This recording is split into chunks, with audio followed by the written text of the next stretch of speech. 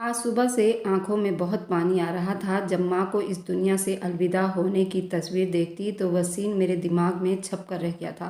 सफ़ेद कफन में लिपटी पहली बार मेरे दिल में ऐसी आग उठी थी। कई बार अपने आप से पूछा, क्या मैंने माँ का हक अदा कर दिया? नहीं, मगर जवाब हमेशा एक परेशानी भरी चुप्पी में लिपट जाती। मेरी आप बीती अभी यहाँ ख़त्म नहीं हुई। मेरी कहानी तो उस दिन शुरू हुई थी जब शादी के तुरंत बाद मेरे पति की जॉब दुबई में लग गई थी और मुझे पहली बार अपनी माँ की गोद से जुदा होना पड़ा था। शायद वही मेरी अलविदा की गोद थी। मम्मी के साथ मेरा रिश्ता कुछ यूँ था जैसे रूह का जिस्म से हो। मेरी माँ बल्कि मेरी राजदार दुआओं का पहरा और मेरी हर मुस्कुराहट के पीछे छुपी साया थी। मैं बचपन से उनका हाथ पकड़कर सोती थी और शादी के बाद पहली रात जब वो हाथ मेरे पास नहीं था तो मुझे नींद नहीं आई। दुबई आकर ज़िंदगी एक नई शुरुआत हुई। घर की जिम्मेदारियां, पति की मोहब्बत, एक अलग दुनिया। लेकिन इस सब के बीच जब भी मम्मी का फ़ोन आता, उनका पहला शब्द होता, कब आ रही हो, मैं पल भर चुप हो जाती। जानती थी वीज़ा, पैसा, छुट्टी, ये सब बहुत झमेला है, लेकिन फिर भी हर बार वही सवाल। अक्सर पति से कहती, मम्मी हर बार यही क्यों पूछती हैं? वे जानती हैं मैं जल्दी नहीं आ सकती। पति मुस्कुराकर कहते, माँ है, बेटी की याद सताती होगी। मगर मेरे दिल में कहीं कुछ चुभ जाता, जैसे ये सवाल सिर्फ याद की बात नहीं बल्कि किसी अनजाने डर की निशानी हो। एक रात जब मैंने उनको कॉल की तो उन्होंने जल्दी धीरे से फ़ोन उठाया। आवाज़ में वो चमक नहीं थी जो पहले हुआ करती थी। मैंने कहा, मम्मी आप ठीक है ना? वह बोली, हाँ हाँ मैं बिल्कुल ठीक हूँ। मगर उनका शब्द ऐसा था जैसे वो किसी से छुपकर बात कर रही हो। मैंने पूछा, मम्मी आप डरी हुई लग रही हैं, सब ठीक है ना? अचानक उनकी आवाज़ में भारीपन हो गया। वह रोने लगी। अगले पल फ़ोन बंद हो गया। मेरे हाथ कांपने लगे। मैंने दोबारा कॉल की मगर फ़ोन ऑफ जा रहा था। दिल की धड़कनें तेज हो गई। मैंने कई बार कॉल की मगर कोई जवाब नहीं आया। मेरा दिल अजीब शकों में भरने लगा। मैं जानती थी मेरी मम्मी अकेली नहीं होती। घर में अनवरी भाभी होती थी जो मेरी मम्मी की भतीजी थी और उनकी बहू भी। अनवरी भाभी हमेशा नरम मिजाज की औरत थी। मेरी मम्मी का बहुत ख्याल रखने वाली थी। हर दिन हर रात मैं अब मम्मी की उस आवाज़ के बारे में सोचती रही। उनका वह आखिरी पल, वह आंसुओं से भरा गला, कुछ तो था जो मेरी समझ से बाहर था। उस बीच मैंने जुमेरात को गौसे पाक के नाम का चिराग जलाया। मगरिब के बाद ईशा की नमाज पढ़ रही थी। मेरा दिल जैसे हिल कर रह गया था। मैं अल्लाह के दरबार में हाथ उठाकर रोकर अपनी मम्मी की सेहत की और लंबी उम्र की दुआ की। उस दिन अजीब सा सुकून था मेरे दिल में। शायद नमाज की दुआ मांगने के बाद सुकून था, या शायद माँ से हाल ही में बात हो जाने की तसल्ली थी। लेकिन वह सुकून सिर्फ कुछ पलों का मेहमान निकला। शाम के टाइम जब मेरे फ़ोन पर मम्मी के नाम का रिंगटोन बज रहा था, मेरे होंठ पर खुद ब खुद मुस्कुराहट आई, जैसे हर बार आती थी। मैंने जल्दी फ़ोन उठाया और खुश होकर कहा, मम्मी आप कैसी हैं? मगर वह दूसरी तरफ चुप थी। फिर बहुत धीमी आवाज़ में जैसे सांस रोक कर कह रही हूँ, मैं ठीक हूँ असगरी बेटी, मैं ठीक हूँ। इतना मामूली सा शब्द था, लेकिन उस वक्त ये शब्द मेरे लिए बिजली की तरह गिरे। माँ की आवाज़ बहुत कांप रही थी और घबराहट वाली थी। वह अपनी दर्द मुझसे छुपा नहीं सकी। मम्मी सब ठीक है ना? मैंने फिक्र में होकर पूछा। दूसरी तरफ से सिर्फ सांसों की आवाज़ आ रही थी, जैसे वह कहीं दुबक कर बात कर रही हो, जैसे हर शब्द बोलने से पहले कान किसी दरवाजे पर लगा रखा हो। मम्मी आप डर क्यों रही हैं? क्या कुछ हुआ है? पर उनकी आवाज़ टूट गई। असगरी बेटी, बस इतना बोलकर फिर अचानक बंद हो गया। मेरे हाथ से फ़ोन गिरने को था। मैंने जल्दी दोबारा कॉल की लेकिन फ़ोन बंद जा रहा था। पहली बार नहीं था कि मम्मी ने थोड़ा बोलकर फ़ोन बंद किया हो, लेकिन आज कुछ अलग था। मेरे अंदर एक अनजाना सा डर जन्म लेने लगा था। पिछले कुछ हफ्तों से उनका व्यवहार बदल गया था। कभी बात करते हुए रुक जाना, कभी अचानक बात बदल देना, कभी कॉल भी बीच में ही बंद कर देना। लेकिन आज कॉल में कुछ और था, कुछ ऐसा जो शब्दों में नहीं पिरो सकती। मैंने एक बार फिर कॉल मिलाया, फिर दूसरी, फिर तीसरी बार। हर बार वही चुप्पी, बंद फ़ोन। दिल जैसे किसी नामालूम सोच में डूबता जा रहा था। मेरे पति ने परेशान होकर पूछा, क्या हुआ? मैंने थोड़ा सा जवाब दिया, मम्मी से बात हो रही थी, फ़ोन बंद हो गया। लेकिन मेरी आंखें मेरा झूठ छुपाना, रात भर मुझे नींद नहीं आई। मैं बेड पर लेटी, लेकिन दिल कहीं और भटक रहा था। मैंने भाई को कॉल करने का फैसला किया। भाई मम्मी से बात हुई आपकी? वह बोला, हाँ 2 दिन पहले हुई थी। सब ठीक है? मैंने कहा, मम्मी आज बहुत अजीब लग रही थी, जैसे किसी से छुपकर बात कर रही हो। फिर रोने लगी और फ़ोन बंद कर दिया। वह कहने लगा, असगरी तुम हर बात पर घबरा जाती हो। अनवरी भाभी है ना, वह माँ का पूरा ख्याल रखती है। शायद नींद से उठकर बात कर रही होगी, इसलिए उनकी आवाज़ कमज़ोर हो गई होगी। मैंने चुपचाप फ़ोन बंद कर दिया, लेकिन मेरा दिल तसल्ली में नहीं हो पाया। अगले दिन भी मैं बार बार फ़ोन करती रही, लेकिन हर बार बंद जा रहा था।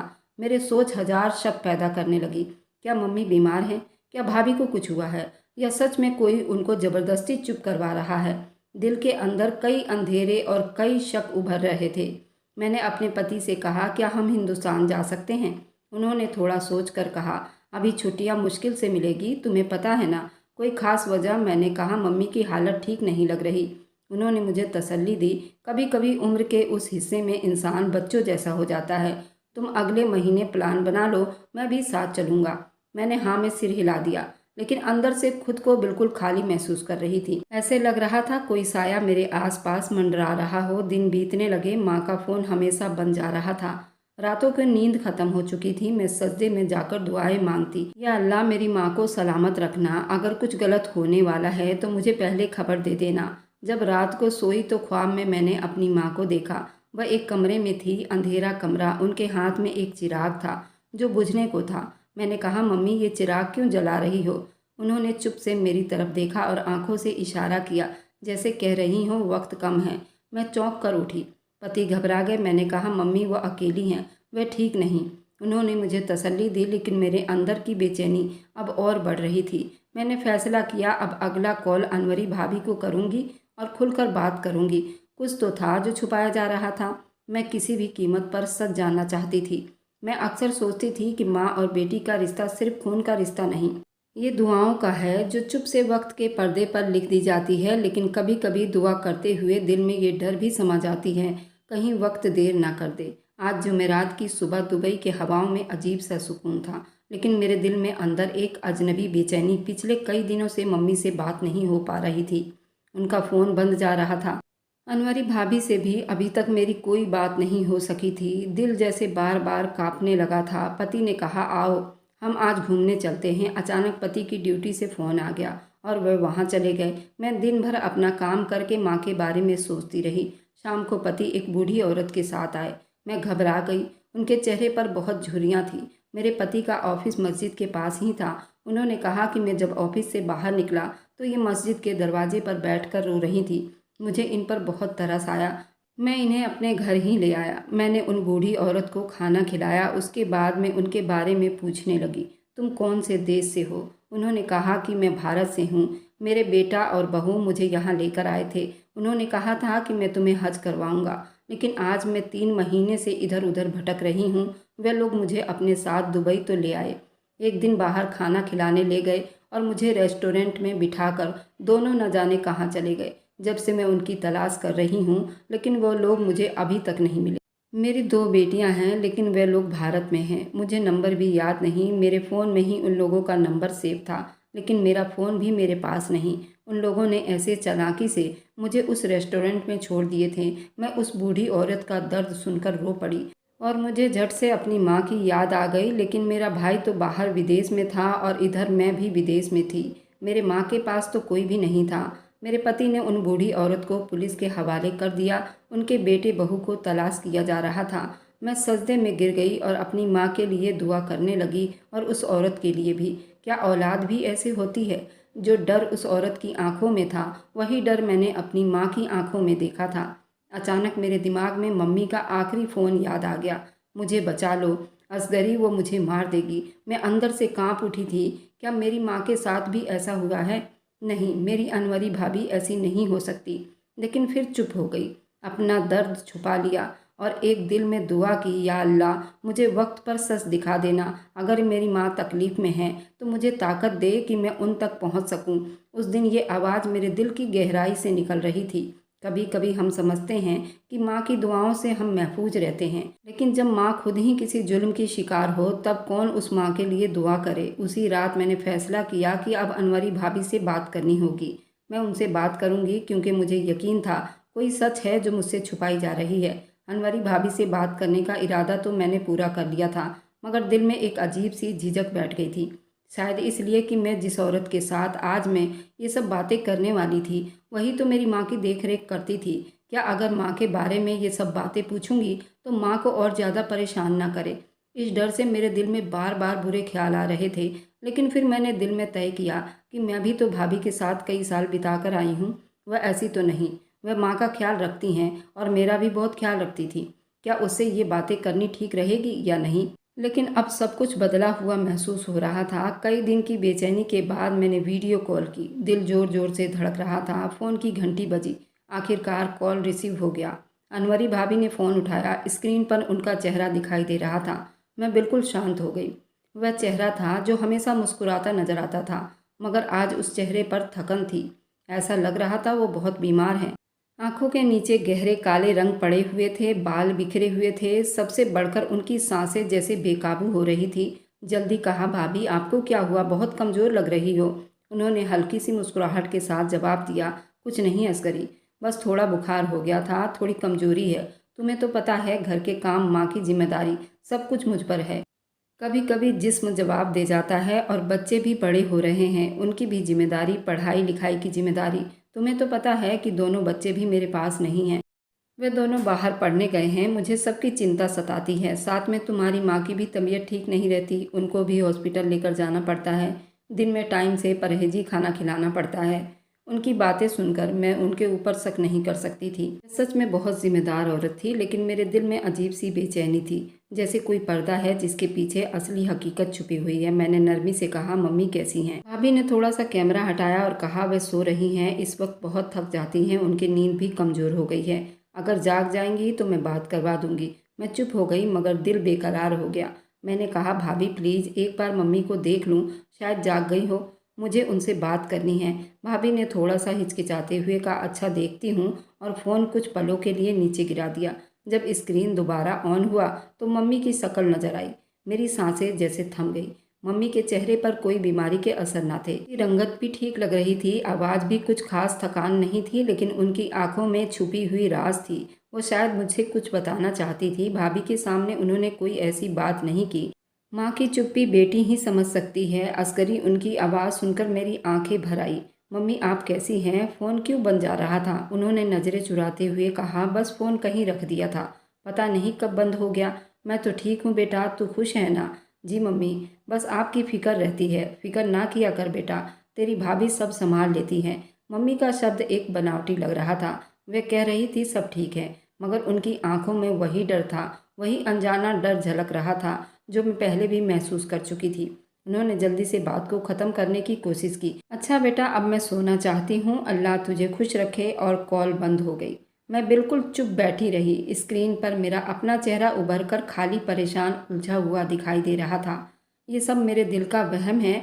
क्या सच में ऐसा है जो मुझे नज़र नहीं आ रहा? मम्मी की आवाज़ में माँ वाली अपनापन था, मगर साथ साथ एक अनजानी मजबूरी थी, जैसे कोई शब्द कहने से पहले रुक जाता हो। भाभी की हालत सच में खराब थी, बात जुटलाना मुमकिन नहीं था। उनका चेहरा बीमारी की गवाही दे रहा था, लेकिन सवाल ये था, अगर वह इतनी कमज़ोर थी तो माँ का ख्याल किस तरह रख रही थी? क्या सच में सब कुछ उनके काबू में था, या फिर कुछ छुपाया जा रहा था? पति ने मेरे चेहरे के हाव भाव को देखकर पूछा, तुम्हारी माँ से बात हुई? कैसी है मम्मी? मैंने धीरे से कहा, मम्मी की तबीयत ठीक है, भाभी बीमार है, फिर तो मम्मी का ख्याल कौन रख रहा होगा? मैंने कहा, यही तो मुझे समझ नहीं आ रहा। रात देर तक मैं नींद की तलाश करती रही, करवटें बदलती रही। मम्मी की आंखों का डर व भाभी की कमजोरी, मेरे दिल की बेचैनी, सब एक उलझी हुई पहेली बनकर मेरे दिमाग को जकड़ चुका था। अगली सुबह जब सूरज की रोशनी कमरे में दाखिल हुई, मैंने दिल में एक फैसला किया, मैं एक बार फिर कॉल करूंगी, लेकिन अब की बार सच जानने के लिए। अब सवाल ये नहीं रहा कि माँ की तबीयत कैसी है, अब सवाल ये था, वह चुप क्यों है। फ़ोन की घंटी बजी तो मैं मामूली के हिसाब से चौंक उठी थी। सुबह के 10 बज रहे थे और दुबई में ये वक्त किसी को भी कॉल करने का नहीं हो सकता था, मगर स्क्रीन पर मम्मी लिखा देखकर दिल जैसे जोर से धड़क उठा था। पिछले दिनों की बेचैनी, अधूरी बातें, उनकी आंखों में छुपा दर्द, सब एक साथ मेरी आंखों के सामने घूम गया। मैंने कांपते हाथों से कॉल उठाया। असगरी बेटी, माँ की कांपती हुई आवाज़ मेरे धड़कनों को उखाड़ कर रख दिया। मम्मी क्या हुआ, सब ठीक है ना? मैंने एक ही सांस में कई सवाल पूछ लिए थे। वह हिचकियों में कहने लगी, मुझे बचा लो अनवरी, मुझे मार देगी, मुझे ख़त्म करना चाहती है बेटा, मुझे यहाँ से ले जाओ। मेरे हाथों से मोबाइल फ़ोन गिरने ही वाला था। दिल की धड़कन बेकाबू हो गई, जुबान गूंगी हो गई। एक पल को समझ ही नहीं आया कि ये सब सपना है या हकीकत। मम्मी आप क्या कह रही हैं? बेटी मुझ पर यकीन करो, मुझ बूढ़ी माँ के शरीर में कुछ भी नहीं बचेगा, सब चोरी हो जाएगा। मैं उनकी बात बिल्कुल भी समझी नहीं। मेरी हड्डियां टूटने लगी। माँ आप ऐसा क्यों कह रही हैं? माँ फ़ोन पर ही फूट फूट कर रोने लगी। वह कुछ बताने ही वाली थी जैसे किसी ने उनके हाथों से फ़ोन खींच लिया हो। फ़ोन कट हो गया। मैं खाली नज़रों से मोबाइल घूरती रह गई। अंदर जैसे कुछ टूट गया हो। आंखों से आंसू बहने लगे, लेकिन ये आंसू नहीं थे, ये दर्द परेशानी थी। अब सवाल ये नहीं था मम्मी बीमार है, ये भाभी की इतनी बुरी हालत है जो मैंने अपनी नज़रों से देखा था। अब मैं इन दोनों में से किस पर विश्वास करती? और वे दोनों ऐसी औरत थी कि उनको झुठलाया नहीं जा सकता था। मैं तो बहुत दुविधा में फंस गई थी। मैं करूँ तो क्या करूँ? फिर मैं उसी टाइम अपने भाई को फ़ोन किया। उसने कहा कि तुम क्यों इतना घबरा रही हो? मेरी थोड़ी देर पहले ही बात हुई है। माँ तो बिल्कुल ठीक है और अनवरी की तबीयत ज़्यादा ख़राब है। भाई मैंने भी अभी फ़ोन किया था, मुझे भी भाभी की तबीयत ठीक नहीं लग रही थी, लेकिन बात ये नहीं, माँ ने अभी फ़ोन किया था और उन्होंने मुझसे इस तरह से बात की थी। उनका फ़ोन कट हो गया था। भाई ने कहा तुम ज़्यादा परेशान मत हो, माँ आजकल ज़्यादा औरतों में उठने बैठने लगी हैं, उनके कानों को किसी की चढ़ाई हुई बातों का ज़्यादा असर हुआ है। और तुम तो ये बात अच्छी तरह से जानती हो कि माँ किसी की बातों में बहुत जल्द आ जाती हैं। मोहल्ले की औरतों की तो यही बातें होती हैं, उनको दूसरे के घरों में आग लगाना ही अच्छा लगता है। उन लोगों को पता है उनके घर में ज़्यादा कुछ लड़ाई झगड़ा नहीं होता, बड़े प्यार से सब कुछ चल रहा है। कई लोगों को इस बात से ही दिक्कत होती है, शायद माँ उन लोगों की बातों में आ गई है। मुझे भी कुछ दिन पहले ही बीती हुई बातें याद आई। माँ अपना सामान कहीं भी रख कर भूल जाती और कोई भी कहता तुरंत उसकी बातों में आ जाती।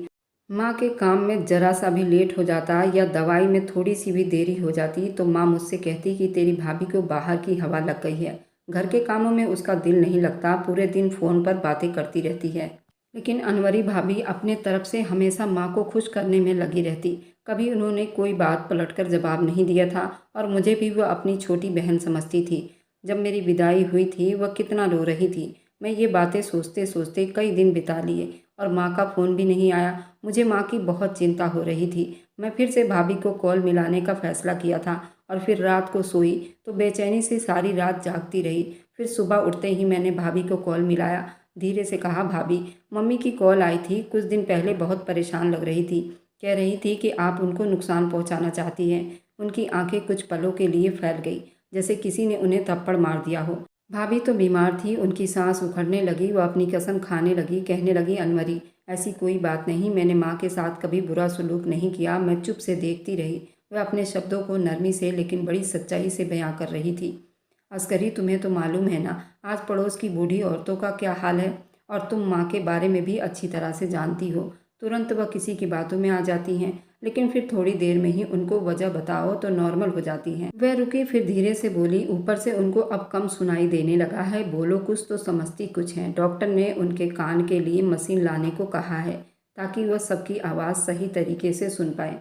मैं भाभी की बातें सुनकर हैरान हो गई थी। जो वो बात कह रही थी माँ तो अच्छी तरह सुन सकती थी, लेकिन जब भाभी बता रही थी तो शायद ऐसा ही होगा।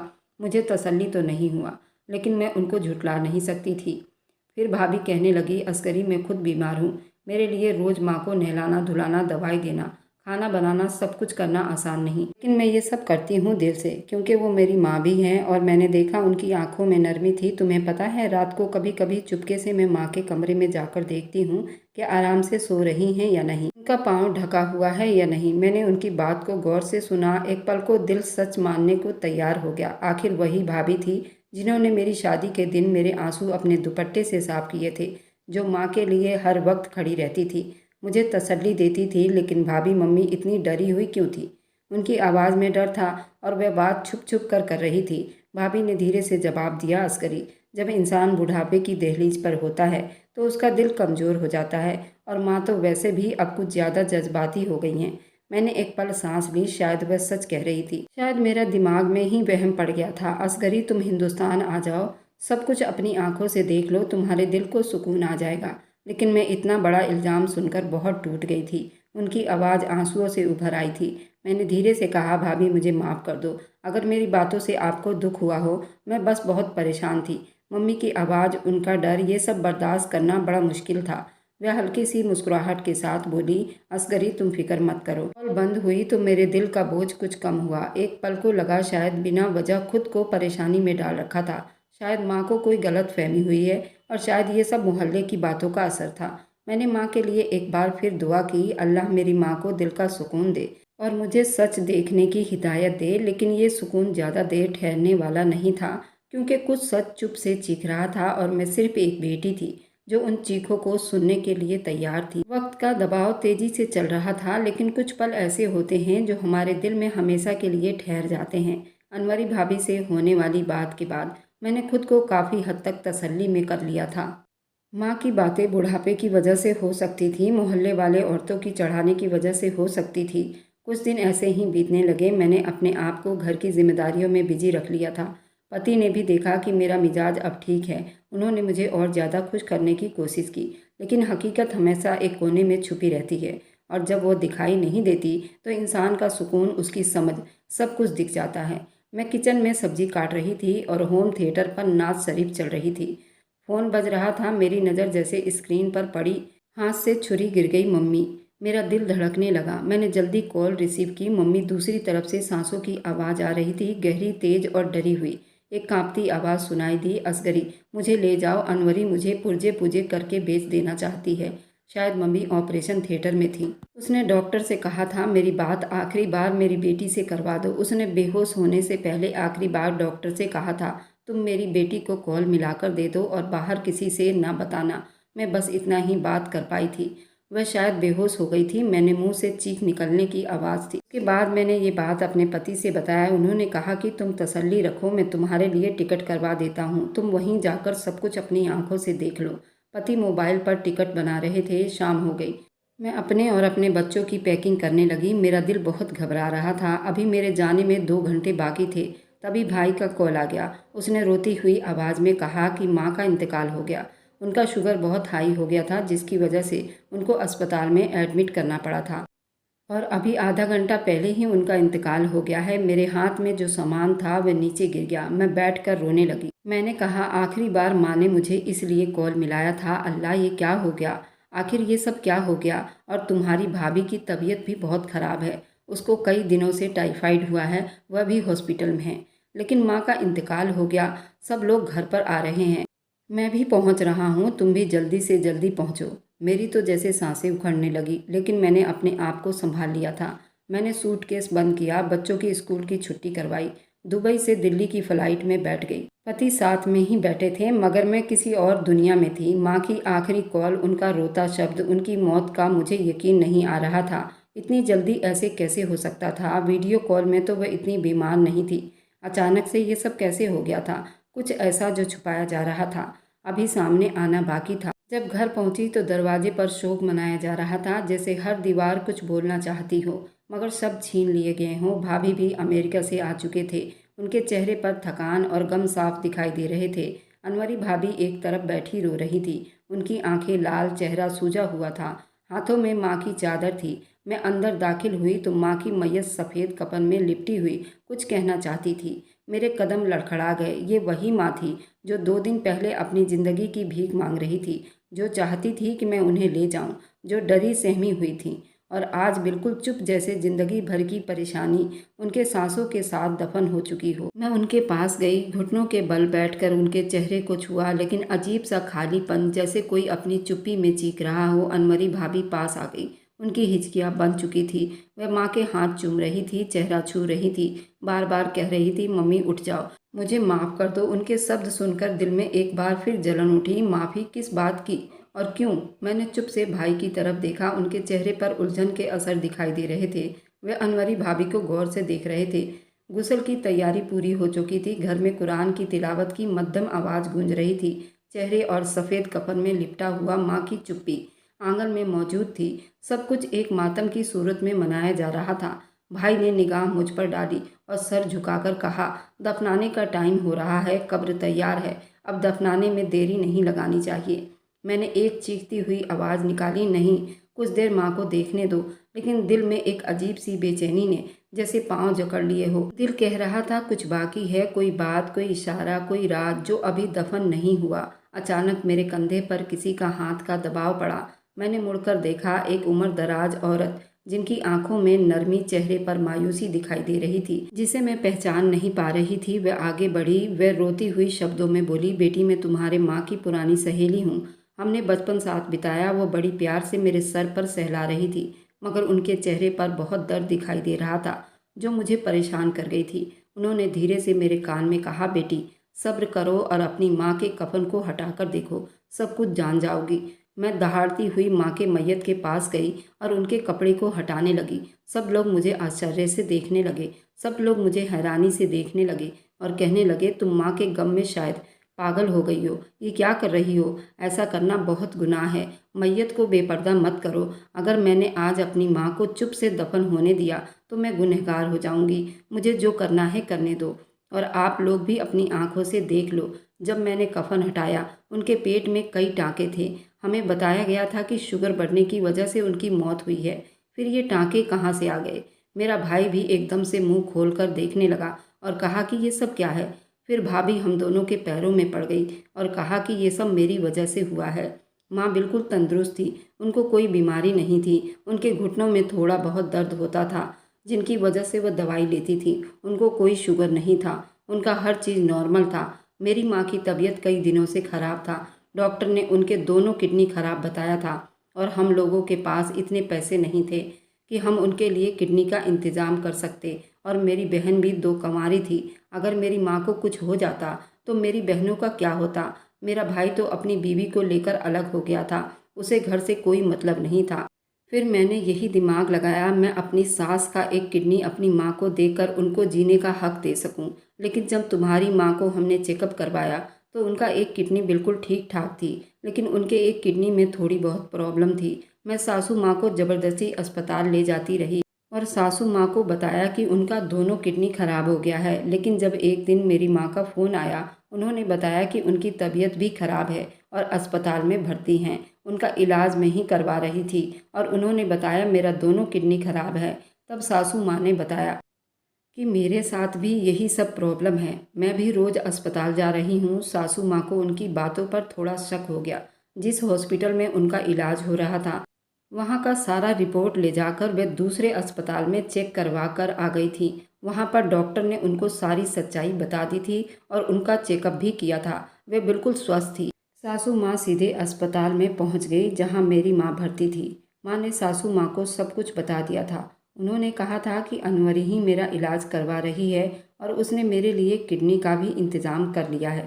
तभी उस दिन वह रोकर अपनी बेटी से फ़ोन पर बात कर रही थी कि मेरे शरीर के अंगों को बेचा जा रहा है, जो तुम उनकी बातों को समझ नहीं पाई थी। और उसी दिन अनवरी ने उनको बेहोशी का दवा खिलाकर उनकी किडनी निकलवा कर अपनी माँ का ऑपरेशन करवा दिया था। उनकी माँ का ऑपरेशन तो सक्सेसफुल हो गया था, लेकिन मेरी माँ इस दुनिया में नहीं थी। मरने से पहले अपनी सहेली को भी बता गई थी कि मेरे कफन को हटाकर देखना अगर तुम्हें कुछ समझ न आए। और आज सच्चाई सबके सामने आ गई थी। अनवरी भाभी ने अपनी माँ को जिंदा रखने के लिए मेरी माँ को मौत के घाट उतार दिया था। और ये एक सरेआम कत्ल था। वह फूट फूट कर रो रही थी और मेरे भाई के कदमों में बैठी हुई थी। वहाँ जितने लोग थे सब चीख पड़े थे। उन्होंने कहा कि हम इन दोनों पर कभी शक भी नहीं कर सकते थे। ये दोनों बहुत प्यार से रहते थे। कभी अनवरी भाभी की ऊंची आवाज़ तक किसी ने नहीं सुनी थी। आज अनवरी भाभी ने अपनी माँ को जिंदा रखने के लिए मेरी माँ को मौत के घाट उतार दिया था। भाई ने तुरंत पुलिस को फ़ोन कर दिया। अस्पताल समेत सभी को अरेस्ट कर लिया गया था। भाभी तो अपनी गलतियों की माफ़ी मांग रही थी, लेकिन किसी ने भी उनको पलट कर नहीं देखा। भाई के बच्चे भी बड़े थे, लेकिन उनको भी अपनी माँ ही मुजरिम लग रही थी। उनकी माँ की तबीयत तो अब ठीक हो रही थी। मैं उनकी माँ से मिलने नहीं गई। मुझे अपनी माँ के मौत का बहुत दुख था। आखिर ये कैसी इंसानियत थी? एक माँ को जिंदा रखने के लिए एक माँ को मौत के घाट उतार दिया गया था। आप लोग बताइए, क्या अनवरी भाभी को माफ़ किया जा सकता है या नहीं? उनकी माँ अपनी बेटी के रिहाई की भीख मांग रही हैं। क्या आप लोग बताइए, उनकी रिहाई की उम्मीद की जा सकती है? मैं तो कभी अनवरी भाभी को और उनकी माँ को माफ़ नहीं कर सकती।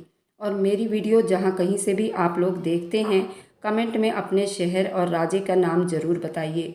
मुझे आप लोगों के कमेंट पढ़ने में बहुत आनंद आता है और मैं उन सभी का बहुत बहुत धन्यवाद करना चाहती हूँ जो लोग मेरी वीडियो को देखते हैं, लाइक करते हैं और शेयर करते हैं। अगर आपको आज की कहानी पसंद आई है तो वीडियो को ज़रूर लाइक कीजिएगा और अपने दोस्तों के साथ शेयर भी कीजिएगा। और हाँ, अगर आपने अभी तक हमारे चैनल को सब्सक्राइब नहीं किया है तो ज़रूर सब्सक्राइब कर लें। मिलते हैं हम अपनी कल की एक और नई दिलचस्प कहानी के साथ। मुझ पर सदा अपना प्यार और स्नेह बनाए रखें। सभी को मेरा प्यार भरा नमस्कार दोस्तों। खुश रहें, स्वस्थ रहें, मस्त रहें।